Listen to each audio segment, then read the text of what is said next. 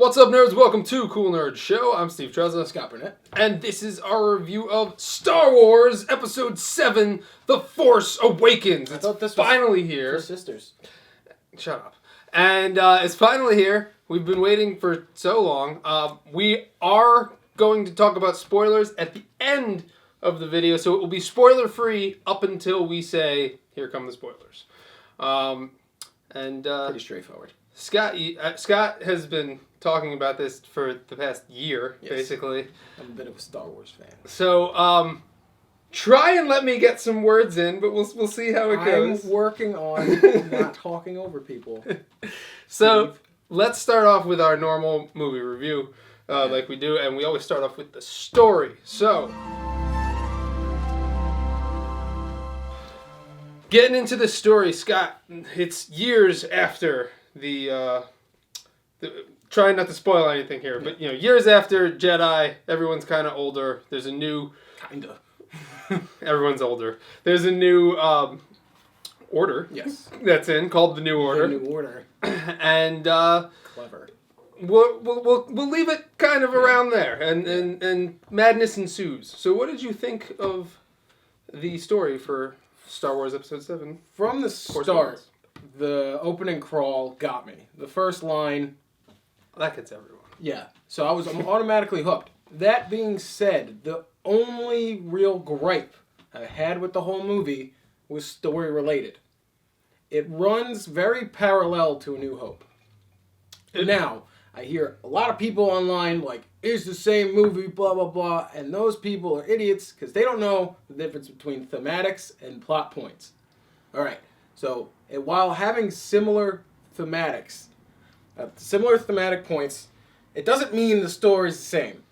Because the way it is very similar. The way the theme moves the plot along is different than the way the theme of A New Hope moves the plot along. They hit some similar beats, but it's not the same plot. Yeah. I think what they were trying to do was pay an homage to A New Hope.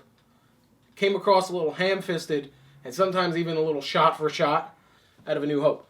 That being said, it's not the same movie. I was very impressed with this story. Especially because what they had to do. The thing is, it felt like, and yeah, it was very similar to A New Hope, but it felt like a good old Star Wars movie. Like but it felt different too. Yeah. It felt like a lot different. So like, whereas the original trilogies felt so different than, not the original, the prequel trilogies felt so different to the original. This one, it felt similar, but it still felt like it's a new trilogy and it's a new thing at the same time too. So I enjoyed that a lot about it. Especially on what they had accomplished with this story. They're setting up a trilogy. It's not like we need to hit this out of the park or we're not going to get a sequel. It was clever and it was very adult, I thought. Yeah. Like, whereas the other ones are kind of like cheeky and corny here and there and childish kind of. This, I didn't feel like that with this. I thought J.J. Abrams, and we'll get more into that in like directing, but he did just a good job of making it kind of like an adult movie. Yeah, not a porn, but obviously. an adult movie. But yeah, no, I thought it was great. Yeah, and it's a feat because this movie at its heart and tonally is Star Wars, wholeheartedly, unabashedly Star Wars. You can't go in it. Every frame of this movie is Star Wars. And that is something the original trilogy didn't do. Even the visuals, like stuff in the background on the Starkiller base, it just looked like Death Star stuff, like a continuation of the technology that they had. It wasn't like not in the prequels where it's like, look at this super advanced technology that just gets super fucking old in 20 years for no reason. That we don't use in the original trilogy. Yeah, it stuck to what the source material gave it. While feeling different, while introducing all of these new characters that you care about. You care about all of them. There's not one of them that you could be like, I can do without him. If you pull one character out, the movie suffers. And while people, one of their gripes is, I want more of X character, I want more of this character. I just think that's a testament to good storytelling. I agree. I just think you introduce these characters that people love instantly, and you're like, I want more of him. It's not a knock on the story. It's just I think it's a check mark on the character. I think it was very much the new character's story. Yeah, absolutely. With the old characters touched in. Mm-hmm. And I don't know if people were necessarily expecting that, but...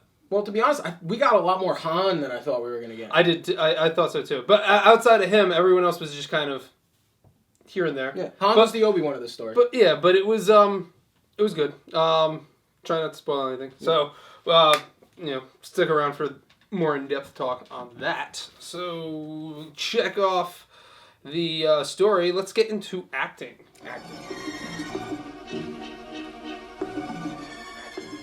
What did you think of the acting for, relatively unknown...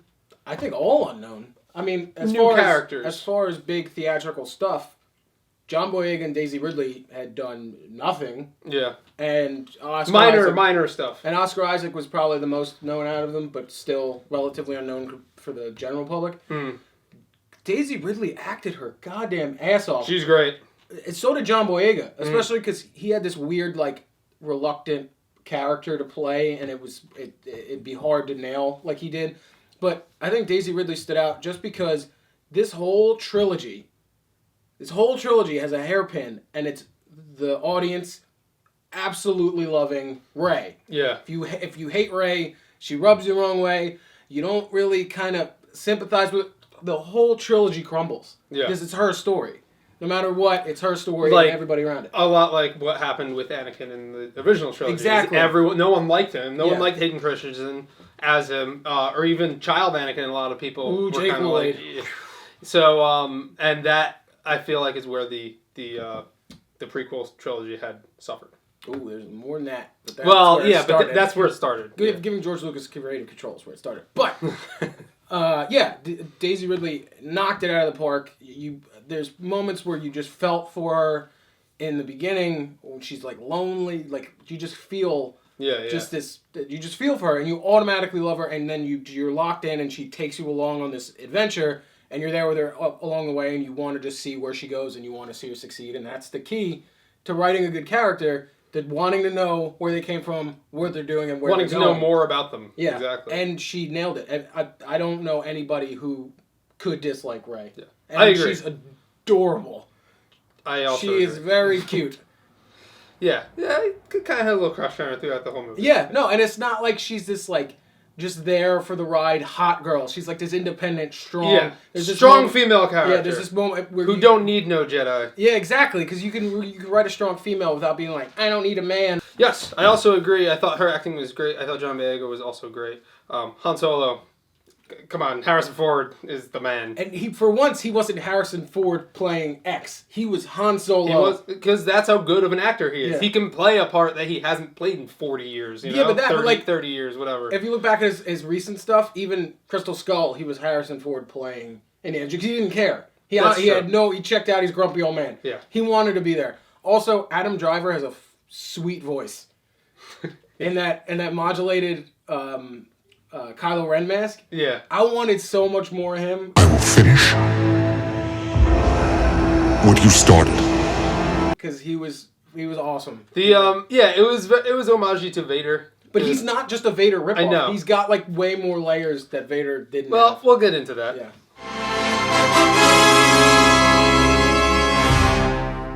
Now let's go to direction. J.J. Abrams takes the helm. I'm sure it was the most stressful thing he's ever done in his entire life. So, kudos to J.J. Abrams for taking up the helm on this. He took some years off his life with the stress. 100%.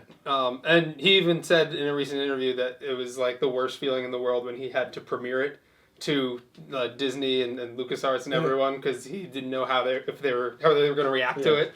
But he killed it. Yeah. 100% killed it. Oh my God, yeah. Better than both of the Star Treks, which were also good movies. Yeah. He's not a bad director. His direction from everything as simple from BB-8 up to as complex as the space, the X-Wing combat. Yeah. It's just there's a lot of parts to this machine that Star Wars is, and it's a juggernaut, and it's not going to slow down anytime soon, and it's basically on J.J. Abrams' shoulders. He can make you love this little guy and cry and feel for him. He's a machine.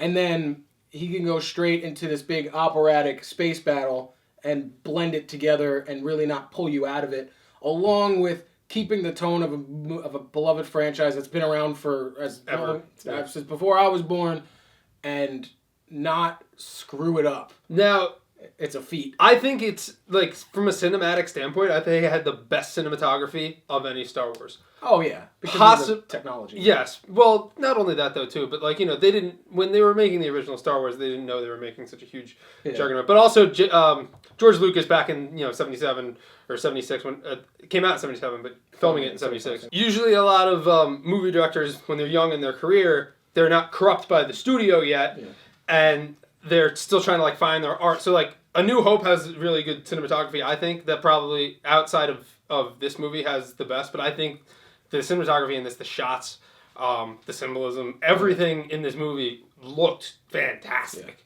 So yeah, I thought that was done really well. J.J. Abrams, he did a great job. No lens flare. Thank you for that one.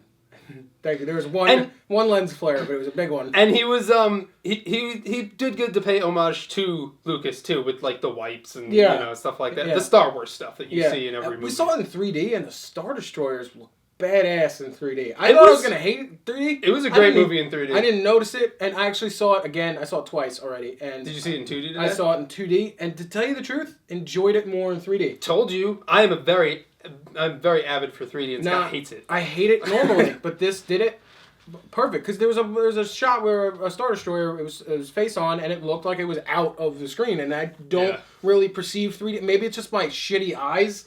I don't know. I usually don't perceive 3D that well, and it was shocking when it was. I think 3D is just getting better, and this movie definitely showcased it. Next showing. Also, it helps. It was shot in 3D, I believe. Yeah. I don't think it was shot in like 2D, and then they blur it, like, you know. That definitely helps. I might be going tomorrow to an IMAX 3D. 3 days in a row? Yeah, it's 3 days in a row in Star Wars, and then I take a day off of football because I'm weird like that. But yeah, I want to see it in normal format. I want to see it in real D, and I want to see it in IMAX 3D, and then I'm probably going to see it a few more times in a couple weeks because it was great. All right, so special effects.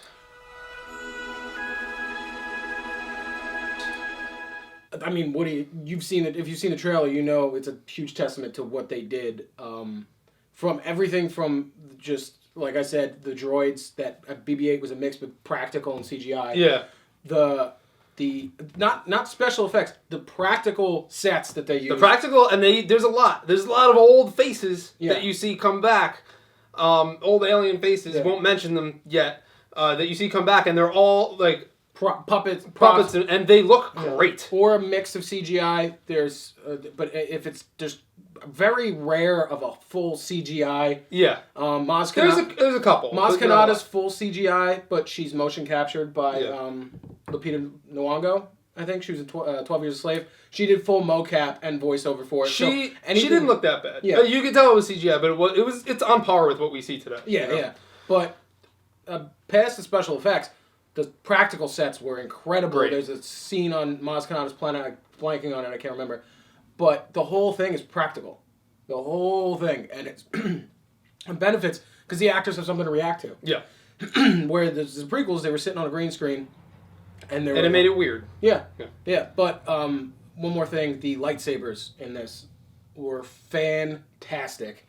And the lightsaber fights were great. The lightsaber fights were back. There wasn't much, but when they happened, it was good. They harkened back to it was like a mix between the prequels and the original trilogy, where it was like passionate fights, like let's fucking hurt each other rather than let's do this stupid swingy dance. Yeah, and there's one scene in the movie that I thought the CGI was a little like, again, not spoiling it, but when you see it, you'll probably agree. And I don't think the scene was necessarily needed, but it didn't ruin the movie for me. I easily got past it. Yeah. It has to do with Han Solo. But it was kind of like, it reminded me of the prequels, kind of like that type of CGI. But it was just one scene, and it didn't bother me. It was about a 5-minute sequence, maybe. So now that we've gotten into this, we will talk about what we liked, didn't like about the movie. So this is going to be our spoiler section. So if you don't want to watch the spoilers, if you want to just go right ahead to our grade, where you can skip ahead by clicking the annotation or clicking the link in the description below. Or just, if you don't like us, you can just leave. Or you can watch the spoilers if you saw the movie, or you don't give a shit. So if you don't give a shit about Star Wars, why are you watching this?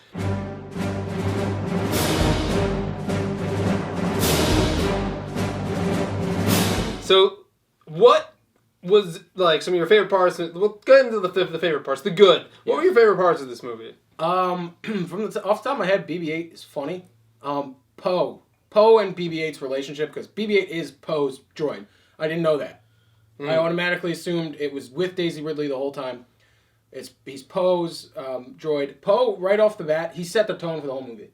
Yeah, although he wasn't in it much. No, that's the thing. Everybody's like, I want more Poe, but you know what? I think that just means we're going to get... Oh, they just read The Raven. Yep, okay. Anyway, they're in it for the long... They're playing the long game, which I like, and they're setting up a whole universe, and I don't think we need everything right off the bat. But there's a scene in the beginning where Kylo Ren shows up. One, he stops... the First Order's attacking this settlement in Jakku, and Poe takes a shot at Kylo Ren, and he stops the blaster bullet. That's when you kind of know that Kylo Ren is that's when I was like, oh shit, he just caught a laser. There's just like, and it's just several, sat there. There's several oh shit moments in this, and then he kneels Poe down, and he's gonna question him, and there's silence, and Poe's like, "Do you talk first? Do I talk first? I don't know how this works." And he's like, "Where's the map?" He's like, "I can't understand you with that thing on your face." I was like, see, that's a comedy. That's how you write a comedy in a movie like this, not just like... He's egging him on. Ooh, Misa stepping doo-doo. That's not how you write a comedy in a Star Wars movie. But, I think that's a standout. Also, John Boyega was just... I think he was a little bit of... You could say he was comic relief, but not like in the normal sense. Yeah. The way he got a giddy childhood excitement out of the stuff he did, which was good. Mm-hmm. And then Han and Chewie's play off of each other. It's just always good. There's a scene when they're on the Starkiller base, and Chewie's just complaining, and he's like, "Oh, you're cold." It was very classic Han and Chewie, it was nice to see. It was great. I enjoyed the movie a lot, and now all of a sudden that I have to talk about the spoiler. When we're talking about it non-spoiler, I have all these things that I want to say, and now that we're talking about spoilers, I'm having brain farts here. I think I covered a lot of it. They did a great job of masking the actual story. A lot of what I liked, going back to the puppets, they did a great job with that. Fucking Admiral Akbar is in it. He's back. And as soon as I saw him, I was like, yes! And he's full puppet in there, and he looked and sounded, talked great. It didn't look bad. We get just a ton of old stuff that it's not in your face. Remember this? But it was it's here, and they just kind of dip into it. There's a scene where they're escaping in the Falcon, and Daisy is, or Rey is the co-pilot because Chewie's injured. And Finn is in the back looking for medical supplies, and he reaches into a box and he pulls out the targeting droid from A New Hope. And he's just like, what's this? It's just very subtle nods to, hey, we're in this world. Or when they knock on when John Boyega hits the game. It comes on. The chess looking thing. Yeah. Yeah. And then another thing that I enjoyed about the movie, I'll go with mine. I keep having these. I was like, I had it, and then I Well, you can take some Gas X for your brain. I loved my favorite part, hands down, besides BB-8 and Poe's relationship, was Rey's arc, because at no time did I think that she was the Jedi. I really thought, in the movie, I obviously did because you could tell she was Force sensitive. Eventually. Yeah, about the middle of the second act to the end of the second act, you can tell she's Force sensitive. But in the leading up to it, they pushed hey, John Boyega, that's his he's using a lightsaber. Yeah. Throughout the I don't know. I didn't really want to believe that he was the Jedi, but I like how they brought her in and it was a twist that you didn't see. They have Kylo Ren is Han Solo's son, and they weren't at first. When they announced it, I was like, oh, there was no big reveal or whatever. But then, later on, I was like, you didn't need the big reveal. Especially because it'd be I'm your son. Yeah, Oh, all right. They kind of just like, it happened, and that's it, and it's over. I know they needed it for the scene, but I didn't like how he took the helmet off in the middle. He was trying to... I wanted the whole Vader thing. We were talking about what we like. Not what we didn't like. We'll get into that, I guess. Luke Skywalker. I was, for a good portion of the movie, more towards the beginning, I was like, where is he? And that's the whole storyline. I'm like, is he going to show up? By the end, I forgot about him. Because the movie was so good that I was just like... Yeah. And then it was like, supposed to end, I'm like, we didn't see Luke Skywalker yet. And it's like, oh shit. Yeah. So that was cool. Like, it didn't... And even with Han Solo, he comes in kind of early. But like, when it first started, I'm like, I don't know these people. Like, where's the people I know? But then like, it was so good that you didn't need that. Yeah. You know? So... Even if they didn't get the old cast back, I think it would be good. Yeah, but... Yeah. I'm just saying, like, I'm just saying you care about the new characters that much. Yeah, and they weren't even in it that much. Like, even C-3PO was barely in it. R2-D2 was barely in it. Leia was barely in it, you know? It was very, very much Han taking over the Obi-Wan role. But yeah, great. Now, let's talk about the there's not many, but there are little things that we disliked about the movie. To move the story along, if they fleshed everything out like us nerds really wanted, the movie would be like still going on from last night. But Rey kind of flips on Force sensitivity very quickly. Like, not that like Luke didn't, but she didn't have anybody tell her. It was quicker than Luke. She didn't have anybody tell her like, hey, you can tell this guy to do shit with your mind. I kind of feel like she figured it out when Kylo Ren was trying to go through her memory. That's when she was like, I can feel this guy, I can fight him. That's when she found out that she was like in tune with the Force. I absolutely believe and completely accept that Kylo Ren, I keep going to call him Skylo Ren because Skywalker is in my brain, but as soon as he used the Force on her brain, the presence of the Force within her like flipped it on. Yeah. And then it awakened. Exactly. It's not the Force gradually gets up and puts his pants on, brushes his teeth, and then heads out the door. It awakens. But I would very much believe that just her experiencing it, it turns it on. And she's kind of, they drop hints that she's more powerful than anybody's ever seen. Like, every Star Wars, this is the most powerful Jedi we've ever seen. Yeah. That's with every trilogy. Yeah. It starts with Anakin, goes into... I just hope Rey isn't related to Luke. I think it'd be too much. It'd be too coincidental. Yeah, way too coincidental. BB-8 finds Luke Skywalker's daughter with a map to Luke Skywalker, and I think he would have reacted a little differently if his daughter showed up. I don't think they're related like that. I don't think so. I want to know why the Force called to her. Why his lightsaber called to her. I liked that... I loved her story. Her story was great. I didn't really... John Boyega's story, I mean, there's not much to it. I did like how...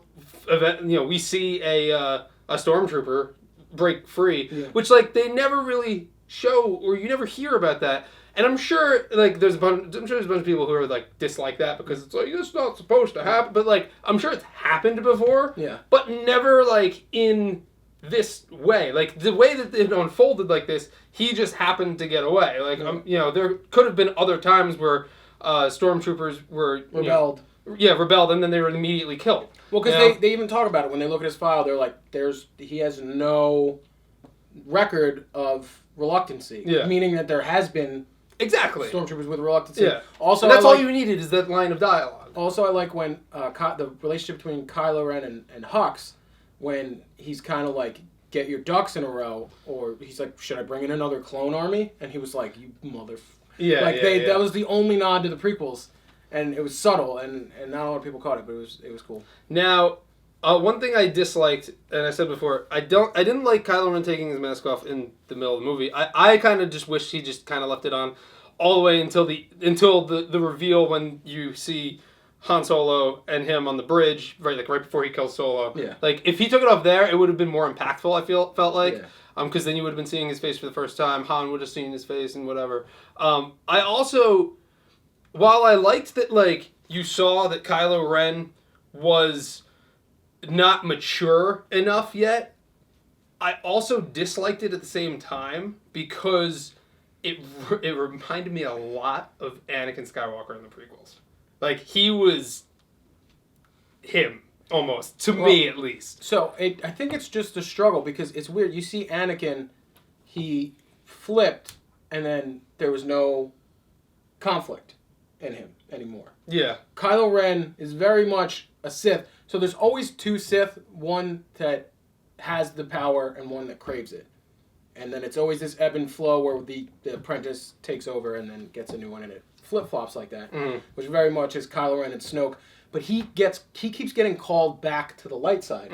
So he is inherently a good guy who wants to be bad. Yeah. Which is completely different than Vader, than Anakin. But his whole...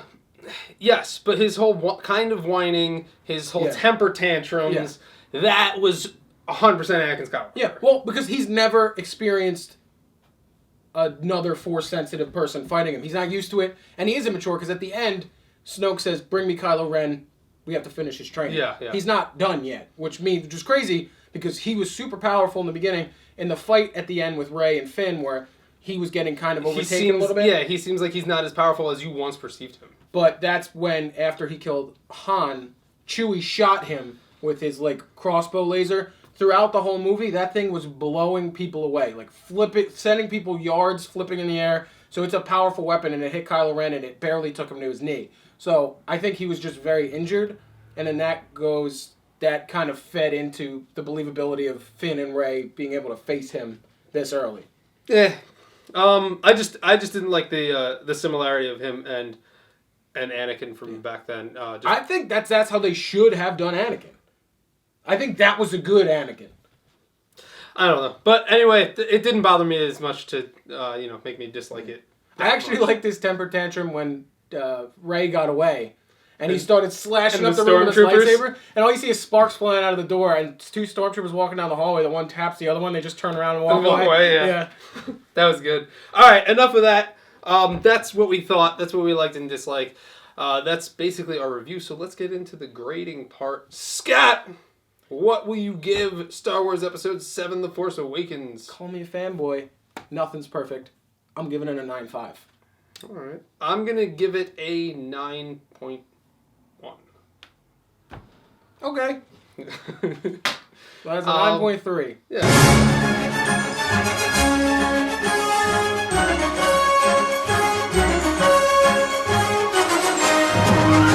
So 9.3. Well, that's its grade. 9.3. Which is pretty blast its way onto the screen here. Which is pretty solid across IMDb, Rotten Tomatoes, and Metacritic is pretty. It's right around there. I believe it's early mid-90s. So. Yeah, it's right up there with. I think it might be better than Jedi. Yes, I believe. Smidge. Jedi was when George Lucas started getting all his control, and you could kind of. Well, he didn't direct Jedi though. No, but he had creative control. He did have creative, but yeah. It's neck and neck. I still think A New Hope's better. It probably edges it out because New Hope broke more new ground then, but it's right up there. It is a new ground. Stop it right now. It comes true to form, and Star Wars is back, and we're gonna get Episode 8 in a year and a half, which it can't come soon enough. I wish it was tomorrow. Yeah. So, until then, we're gonna watch Rogue One in a year. Yeah, whatever. I mean, I'll still go and enjoy Star it. Wars. I'm still gonna. All right, so. Make sure you check out all of our other segments on our channel, like, favorite, and subscribe, and we'll see you over there. For more nerd videos like this one, be sure to subscribe to our channel and follow us on social media.